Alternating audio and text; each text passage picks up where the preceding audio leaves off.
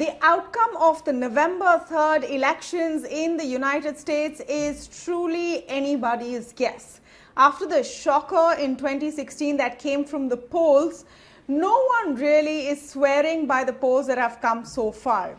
Even so, there are 5 likely scenarios we've narrowed down to you on what can happen post November 3rd.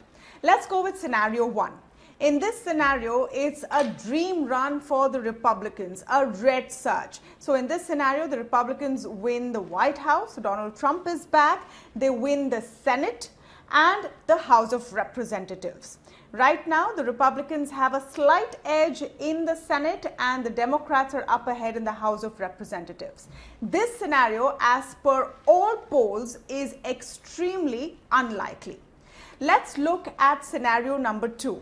In this, the Republicans win the White House and the Senate, but lose the House of Representatives. Now, this could happen. This could happen if Donald Trump retains the White House and they retain their edge in the Senate. The Democrats stay strong in the House of Representatives.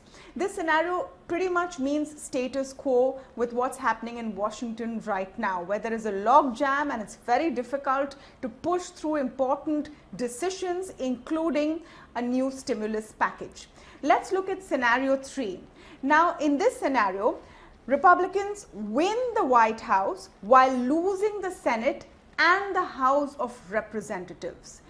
Actually, for the Republicans, this is possibly the most likely if Trump does push through, and perhaps the best case for them as well, because in the Senate, there is a very slight edge that the Republicans have, and the Democrats might nose ahead in the competitive races that they are. In the House of Representatives, the Democrats are expected to stay ahead. So this is scenario number 3 that could play out post November 3rd.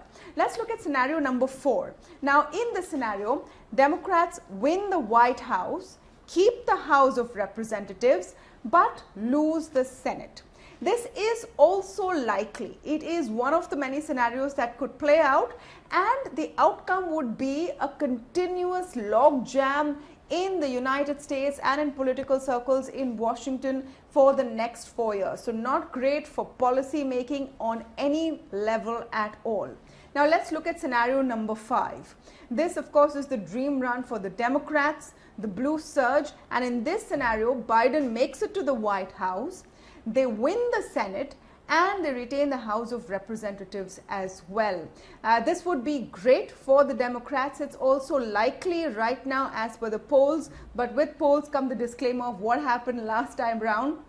So what does it mean for policy making in the United States? And that's really the key question. It means that a lot of policy will go through easily. So for example, a stimulus can be pushed out easily. This is something that markets will be happy with. But on the other hand, it will also give the Democrats and the more left-leaning among the Democrats more power. That means there could be higher taxes for the wealthy. There could be some big changes to pollution norms and environmental norms, and there could be a lot of so-called radical ideas which will find themselves more center stage. So in any case, whatever happens post November 3rd, these are the kind of scenarios that could play out.